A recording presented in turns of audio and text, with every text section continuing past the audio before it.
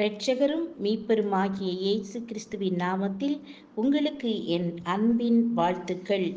இன்றைய நாளுக்கான வேத வசனம் சங்கீதம் 66:20. என் ஜெபத்தை தள்ளாமலும் தமது கிருபையை என்னை விட்டு விலக்காமலும் இருந்த தேவனுக்கு ஸ்தோத்திரம் உண்டாவதாக. நாம் எதை கேட்டாலும் தேவ சித்தத்திற்கு ஏற்ப அமைந்திருப்பின் தேவன் நமக்கு செவி கொடுக்கிறார் என்பதே நாம் அவருக்குள்ளாக கொண்டிருக்கும் தைரியம். அனாதை குழந்தைகளுக்கான விடுதியை நடத்தியவருக்கு அதை விரிவாக்க நிதி தேவைப்பட்டது. ஒரு வங்கியில் கடன் கேட்டார்.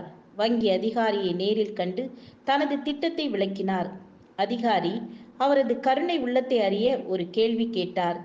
எனது கண்களில் ஒன்று செயற்கையானது, அது எது என்று உங்களால் கூற முடியுமா? விடுதி அமைப்பாளர் வலது கண் செயற்கையானது என தயங்காமல் கூறினார். அதிகாரி வியப்புடன் இதை எப்படி சரியாக கண்டுபிடித்தீர்கள் என வினவினார். மிகவும் சுலபம். நான் உங்களிடம் நிதி கேட்கும்போது என் குழந்தைகளின் சிரமத்தை கூறியதால் இடது கண் கலங்கியதை கவனித்தேன். இயற்கையான கண்ணில்தான் நாம் கனிவை, அன்பை பார்க்க உணர முடியும். உடனே வங்கி அதிகாரி அவருக்கு தாராளமாக உதவி செய்தார். பிரியமானவர்களே, அற்ப மனிதனின் கண்களிலேயே இப்படிப்பட்ட கருணை வெளிப்படுகையில் சர்வ வல்லவர் நமக்காக கலங்க மாட்டாரோ? நிச்சயமாக நமக்கு இரட்சிப்பையும் கிருபையும் அளிப்பார். சங்கீதக்காரர் தனது வேண்டுதலுக்கு உடனே செவி கொடுத்த தேவனின் கிருபைக்கு உடனே நன்றி தெரிவித்து பாடுகிறார். தனது ஆத்துமாவுக்கு செய்ததை வாயினால் புகழ்ந்து முழு இருதயத்தோடு பலி செலுத்துவதை காண்கிறோம்.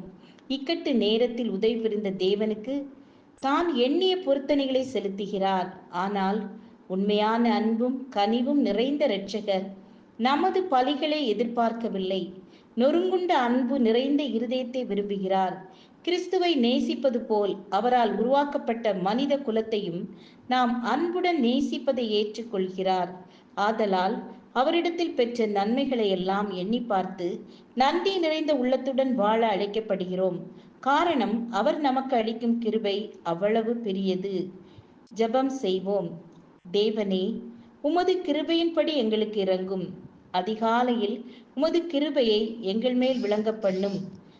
இயேசுவின் நாமத்தில் பிதாவே, ஆமேன், ஆமேன். God bless you.